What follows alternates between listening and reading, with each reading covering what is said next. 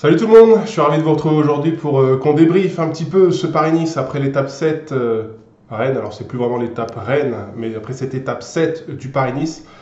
Mais à culpa, après l'étape de la Loge des Gardes, mercredi, je vous avais dit qu'on allait redescendre en intensité sur les étapes 5 et 6, jeudi et vendredi. C'est tout l'inverse qui s'est produit. Paris-Nice s'est joué sur ces deux étapes où on s'attendait vraiment à très peu de choses. En vérité, on attendait un petit puncher pour jeudi, un sprinter pour vendredi. Rien à voir. Ça, dû à des conditions cataclysmiques, la météo est pourrie sur ce Paris-Nice. Eh bien, il s'est passé extrêmement de choses. Donc, je vais essayer de développer tout ça sur cette vidéo, mais je vais peut-être passer à côté de 2-3 choses. Quoi qu'il en soit, on va débriefer déjà l'étape 5 de jeudi. On avait ce petit profil avec l'arrivée sur la côte Saint-André. Je pensais honnêtement retrouver un peloton groupé au pied de la côte Saint-André et voir des punchers et des favoris se disputer la victoire d'étape. Déjà, première information cataclysmique, le fait de course majeure, c'est la chute de Jonas Vingegaard à 60 km de l'arrivée sur cette étape. Alors, il a terminé l'étape, mais il n'était vraiment pas bien sur la fin de cette étape, incapable de se mettre en danseuse. On l'apprendra le lendemain sur l'étape de vendredi. Contusion à la main, blessure à la lèvre. Jonas Vingegaard s'est retiré après cette étape. Donc, je ne vais pas trop parler du Danois dans ce secteur-là. L'étape a été rendue très difficile par un parcours très étriqué, des routes étroites, beaucoup de virages, beaucoup de relances. Des conditions météorologiques très fraîches, pas trop de pluie à signaler, bien au contraire, mais par contre, il a fait très froid et il y avait très peu de coureurs au pied de la côte Saint-André pour se disputer la victoire d'étape. Alors, aucun favori n'a été piégé avant la dernière ascension, même si, encore une fois, Jonas Vingegaard ne rassurait pas par son placement dans le peloton. Dans cette dernière ascension, je me suis rendu compte que la côte Saint-André était beaucoup plus dure que imaginé par le profil. Je voyais bien des punchers à la base venir s'imposer, Jonathan Narvaez et Julien Alaphilippe par exemple. Tout le contraire, Jonathan Narvaez a fait le boulot au pied de la côte pour replacer Brandon McNulty et Joao Almeida. Côté Julien Alaphilippe, on s'est accroché, mais dans le dernier kilomètre, c'était trop long en fait. On était sur 5 à 10 minutes d'effort. Et c'était un effort trop long pour les punchers typés Julien Alaphilippe. Donc Julien s'est aussi garé dans le dernier kilomètre et n'a pas pu disputer la victoire d'étape. Ce sont donc les favoris du général qui se sont disputés cette étape. Brandon McNulty a amené grand train sur la première partie de la côte Saint-André. Ça a mis en difficulté son leader Joao Almeida. Je ne sais pas trop ce qu'on a imaginé chez eux sur cette étape. Je pensais qu'on n'allait plus jouer la défense et faire en sorte qu'Almeida perde un minimum de temps. Bien au contraire, on a voulu mettre la poignée au fond pour mettre Jorgensen en difficulté. Ça n'a rien donné. Jorgensen, après, s'est mis à la planche et a fait un boulot des enfers pour éliminer les concurrents un par un. Jorgensen a bien été le coureur le plus fort dans cette côte de Saint-André. Il s'est mis devant, il a mis tous les watts qu'il pouvait jusqu'à la ligne et ça a été très impressionnant parce que tout le monde a perdu du temps, excepté 3 coureurs, les 2 coureurs d'Astana, Terrada et Champoussin, qui ont été magistraux, et surtout notre coureur français, Lenny Martinez, notre petite pépite de Bahreïn, qui s'est bien accroché tout au long de la côte Saint-André et qui a eu ce petit coup de rein dans les 100 derniers mètres pour venir claquer cette très belle victoire d'étape. Ce qui nous donne ce classement d'étape assez atypique. Lenny Martinez, vainqueur devant le groupe de 3. Clément Champoussin, excellent deuxième. Matteo Jorgensen, je le rappelle, très impressionnant dans cette ascension. Harold Terrada fait 4. Lipovic, qui joue les places d'honneur depuis le début de ce Paris-Nice, c'est très bon 5e. Joao Almeida a été mis en difficulté par son coéquipier, mais s'est bien ressaisi sur la fin de la bosse, fait 6. McNulty 7, très impressionnant également, Brandon McNulty. Ilan Van Wilder 8, Sheffield 9 et Aurélien Paré-Peintre 10. Alors, il y a eu quelques écarts. Ceux qui ont perdu beaucoup de temps parmi les favoris, c'est évidemment Jonas Vingegaard, 16e à 26 secondes, et surtout Mathias Kelmose, 17e à 28 secondes. Jonas Vingegaard a des circonstances atténuantes. Je rappelle sa chute à 60 km de l'arrivée. De toute façon, ce résultat n'a plus beaucoup d'importance parce qu'au terme de cette étape, il s'est retiré du Paris-Nice. Et par contre, celui qui avait perdu pas mal de temps sur la côte Saint-André qui arrivait juste après Vingegaard, c'était Mathias Kelmose. Et c'était somme toute décevant quand on a vu tout le travail qu'a abattu Mats Pedersen pour son leader sur cette 5e étape. Après le classement d'étape, je ne vous montre pas le classement général, tout simplement parce qu'il n'y a pas eu trop de bouleversements après cette étape 6, si ce n'est, encore une fois, le retrait de Jonas Vingegaard, qui était 2e du classement général après cette étape, et qui s'est donc retiré pour blessure. Ok, la 6e étape. Une étape avec peu de difficultés, 210 km de longueur malgré tout. Je pensais y voir un sprint à l'arrivée. Bah, il se trouve qu'on a eu des conditions météorologiques absolument épouvantables, que les coureurs étaient très fatigués depuis le début de Paris-Nice. Déjà, après 5 étapes, et quand même 2 étapes bien fraîches, celle de mercredi et jeudi, bah, celle-ci était de trop. On ajoute à ça des conditions météorologiques particulières, vent de 3/4 d'eau, donc propice aux bordures. Et voilà, que tous ces ingrédients ont amené peut-être cette étape, qui sur le papier semble être assez anodine, à être l'étape la plus difficile jusqu'à présent de ce Paris-Nice. Alors, la Visma, très roublarde et qui a beaucoup d'expérience dans la gestion des classements généraux, nous a fait un coup de maître absolu pour Matteo Jorgensen, ce fameux coup de bordure à 60 km de l'arrivée, qui va surprendre tout le monde, particulièrement l'équipe UAE de Joao Almeida et Brandon McNulty. Un carton rouge pour les UAE. Il y avait interdiction de perdre du temps sur cette étape-là, au vu d'un week-end qui leur semblait plutôt propice. Et bien, ils sont plantés. Si on fait un petit peu dans l'ordre sur cette étape-là, les plus au niveau du classement général, Matteo Jorgensen, avec le gros coup de bordure de son équipe, fait la très bonne opération du jour. Mathias Kielmose, encore une fois aidé d'un très bon Mats Pedersen, se retrouve dans le groupe de devant. C'est pareil pour Florian Lipowitz et Thymen Arensman, très vigilants. Ineos qui a été très impressionnante aux côtés de la Visma sur cette étape de bordure. Derrière, sur ceux qui vont perdre du temps, on va avoir forcément les UAE, Joao Almeida, Brandon McNulty qui vont perdre 2 minutes. L'équipe Astana qui va également prendre 2 minutes. Clément Champoussin et Harold Terrada sont dans ce groupe de contre avec le groupe UAE. C'est pas le pire de la classe. Lenny Martinez a perdu tout objectif après sa victoire à l'étape de la veille. Il prend 9 minutes dans les carreaux, s'est fait détruire par son directeur sportif Robin Kreuziger après l'arrivée. Clairement une sale journée pour Lenny Martinez.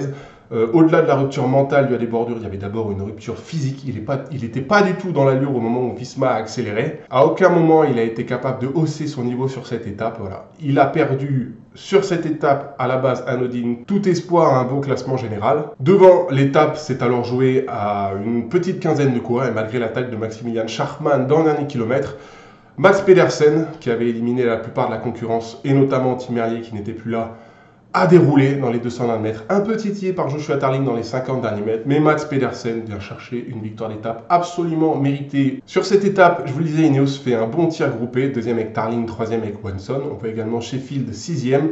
Axel Zinglet a essayé de jouer sa carte, ça fait quand même 4 derrière Pedersen, Tarling et Watson. Kielmose et Jorgensen sont placés 7 et 8, Charman et 9, et Thymen Arensman fait 10. On jette un petit coup d'œil au classement général après cette 6e étape et regardez le vide qu'a su faire Visma derrière son leader Matteo Jorgensen. Très solide leader au soir de cette 6e étape. 40 secondes d'avance sur Lipowitz, 59 sur Kielmose. Thymen Arensman est désormais 4e à 1 minute 20. Ça, ce sont les 4 mecs qui ont su être vigilants dans les bordures provoquées par Visma.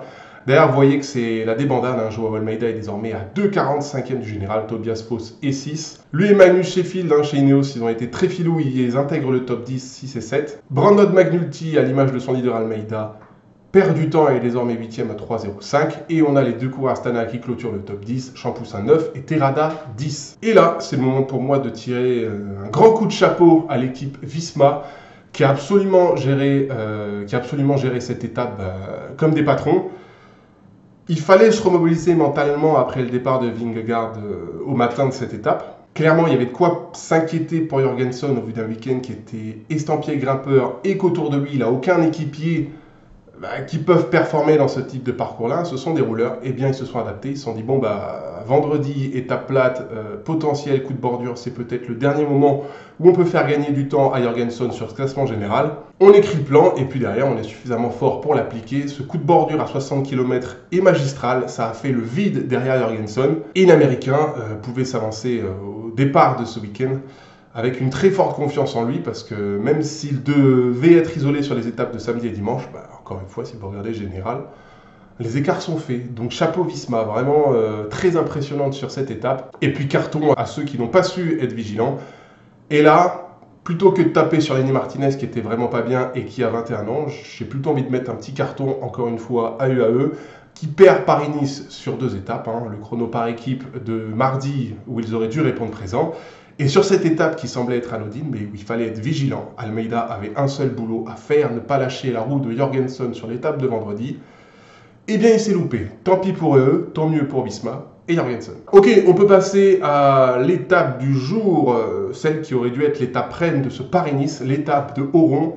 Dû aux conditions météorologiques cataclysmiques depuis le début de la semaine, eh bien cette étape a été modifiée. On a retiré les 2 ascensions du début de parcours. Pas de côte de Belvédère, pas de côte de la Colmiane et de 147 km de course, on passe à 109 km de course. 2 ascensions seulement, celle d'Aspremont en début de parcours, pas très importante, et puis la montée finale vers Oron. Un long faux plat montant avant d'arriver dans les 7 derniers kilomètres qui se font à 7,2% de moyenne. Je le répète, ça aurait dû être l'étape reine de Spa-Nice. Ça n'a pas été le cas. Tant pis, c'est les conditions météo qui veulent ça. Je pense que les coureurs ont suffisamment souffert ces derniers jours pour ne pas en rajouter avec ces étapes-là. Donc voilà, on peut passer au résumé de cette 7e étape. Le fait de course majeur, à l'image de l'étape de jeudi et de l'abandon de Vingegaard, Skelmose a abandonné à une 50aine de kilomètres de l'arrivée sur une très mauvaise chute due à un terre-plein central. Il ne l'a pas vu, il était dans la roue de son coéquipier. Son coéquipier s'est écarté au dernier moment. Le Danois a été surpris et s'est violemment cassé la figure.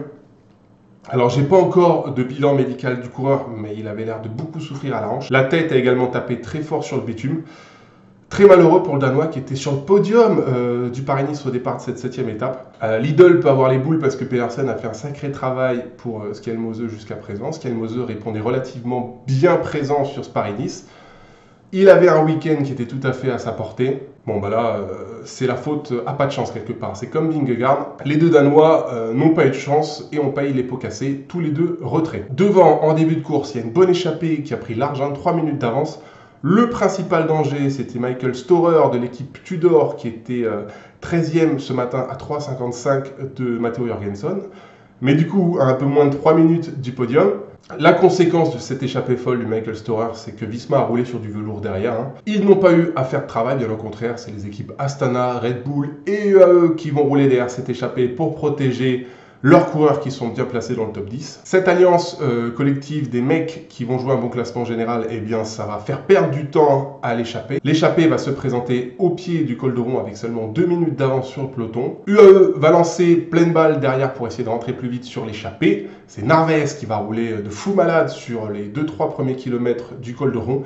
Mais devant, Michael Storer et Mauro Schmid vont s'isoler et vont faire une montée somme toute impressionnante. Alors surtout celle de Michael Storer. Storer a été impressionnant sur cette ascension du col de Ron.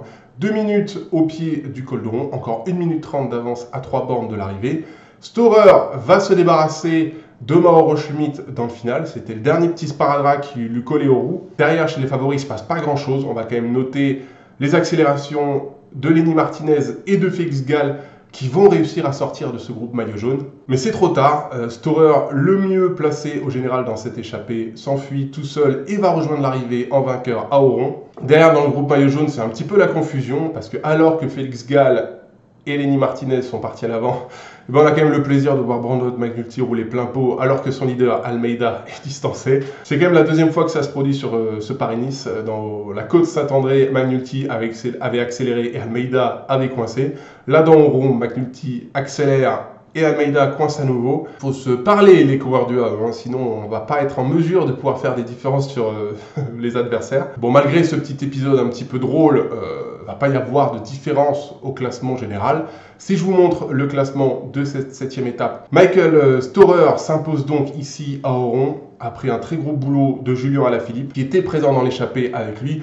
Mauro Schmid, qui a essayé de se défendre comme il l'a pu, termine 2e à 20 secondes. Gerhard Steinhauser, le très bon coureur allemand de l'équipe IF, fait 3 à 30 secondes. On a encore 2 mecs de l'échappée qui arrivent à se placer en 4e et 5e position, Ivan Romeo et Jordan Jegat. Et puis derrière, ce sont les favoris qui arrivent au compte-gouttes. Félix Gall et Lenny Martinez, qui avaient pris un petit coup d'avance, font 6 et 7. Derrière, on a la petite surprise de voir Lipovitz déboucher comme un avion et qui termine à une 11. Alors que Jorgensen prend une petite cassure et perd 3 secondes. Et termine derrière Champoussin 9e, Pedersen 10e et Magnus Sheffield 11e. Il y a une anomalie dans ce top 10 d'étape, c'est quand même de voir que Mats Pedersen, le sprinter, fait 10 à Oron.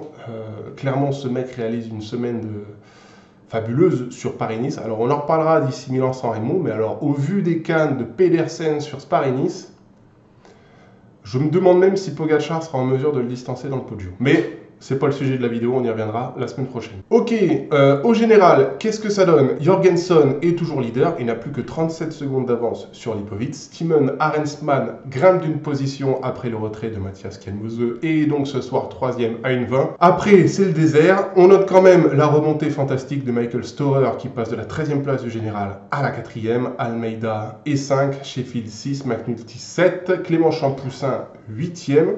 C'est notre meilleur français au classement général et personnellement, je ne l'avais pas vu venir. Tobias Foss est 9 et a perdu un petit peu de temps aujourd'hui, mais il a fait le taf pour ses leaders. Et Terrada, autre coureur Astana, est 10e ce soir au classement général. Je vous fais pas le débrief de l'ensemble de mes favoris, je pense qu'on va garder ça pour l'étape de demain. L'étape de demain, parlons-en. Alors jusqu'à présent, Jorgenson gère bien son Paris-Nice.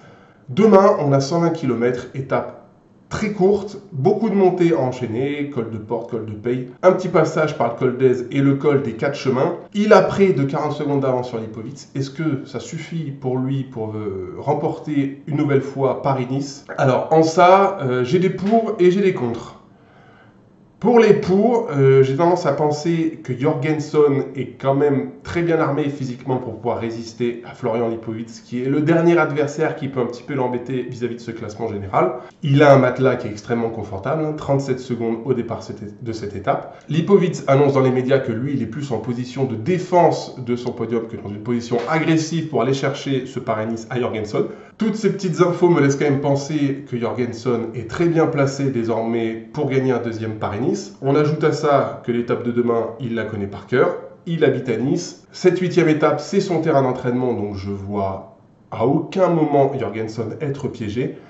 Maintenant, dans les trucs qui me font penser qu'il peut y avoir quand même un petit chambardement au classement général, cette 8e étape du Paris-Nice est toujours une étape folle. Il y a des coups qui vont partir de très loin. Il y a des mecs bien placés au général qui vont se retrouver à l'avant. Jorgenson aura beaucoup de mal à filtrer ceux qui vont s'échapper demain parce qu'il n'a pas une équipe qui est outillée pour le défendre sur le profil de demain. Il lui reste que des rouleurs avec lui. C'est pas Affini, Campenarts et Zingley qui vont pouvoir contrôler les adversaires directs de Jorgenson dans le col de Porte, de Paye, des 4 chemins, etc. Donc en ça, Jorgenson a des raisons d'être inquiet. Et j'ajoute à ça que même si Jorgenson est très impressionnant depuis le début du Paris-Nice et très sérieux dans sa façon de courir, eh bien, c'était pas le meilleur à la Loge des Gardes. Certes, dans la côte Saint-André, il a été très impressionnant, mais aujourd'hui, à Oron, il a laissé Lipowitz partir dans le final.